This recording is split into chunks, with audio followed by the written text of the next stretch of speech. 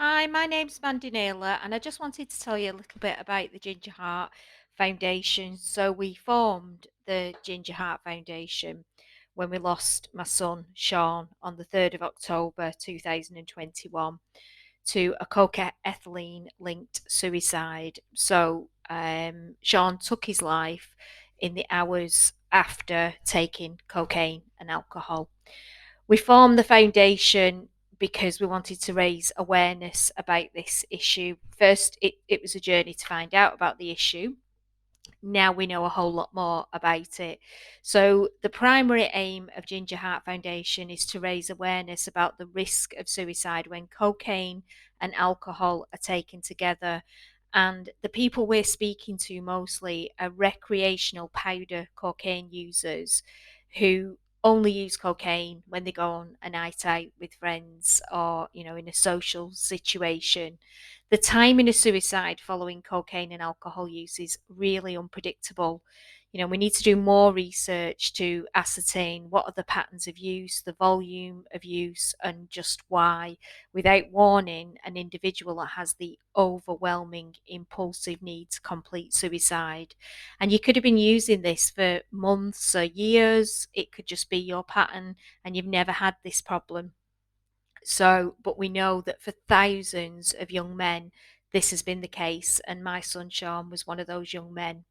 So, a typical person, when we've looked at the research that we're looking at, so what is the age range, etc.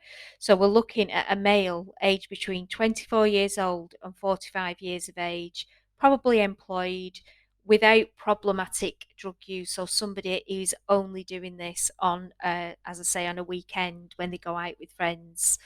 They've got no underlying risk for suicide, no mental ill health problems, no previous attempts or ideation of suicide, no lifestyle factors. So basically, nothing underlying this, so that the you know, the most common pattern is that it's an unexpected, one off, violent, and lethal act that results in death. So, all of these that we have looked at in the research have been by harm. So, suicide in a way where there's no room for error, basically. So, yeah, our primary aim is to raise awareness of that, and there's a lot of us on this journey. We're part of the CoAlc Alliance, working with partner organisations and Maggie to just raise the profile of this issue. It's been known in research since the 1980s, so it's time. And the University of South Wales have actually just picked this up. There's a professor and a team there that are now working on this because they can see how strong the evidence base is, and they want to examine that and come to some conclusions around that. So, our aim too is around grief and trauma support. So the first aim is related directly to Sean's experience. The second was when Sean left so suddenly without warning and in a way that none of us could understand, it impacted family, friends, and the wider network of people whose lives he'd touched, but also just people who had their own people who take cocaine and alcohol. Or they are that person themselves. So we witnessed a gap in service provision for people who were struggling so much at the time and who needed mental health crisis support, and the system just failed them.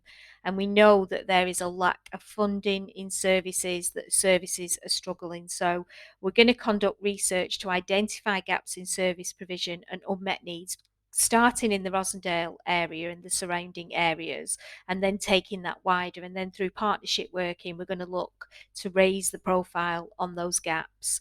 We're also working with a number of individuals, advocating for them who are currently attempting to navigate support services as a result of grief and trauma. So we're using our voice to promote ease of access for people.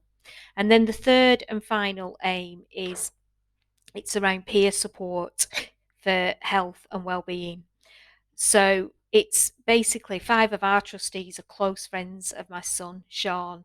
They're passionate and they're active in creating fun and healthy community events to provide opportunities for anyone to get involved. And we know that community is important. We all need social groups and social situations that lift us and make us smile, and whether that's going out to the pub for a drink or whether that's climbing a mountain or going on a 10K run, this peer support network is a valuable part of the change that we want to bring.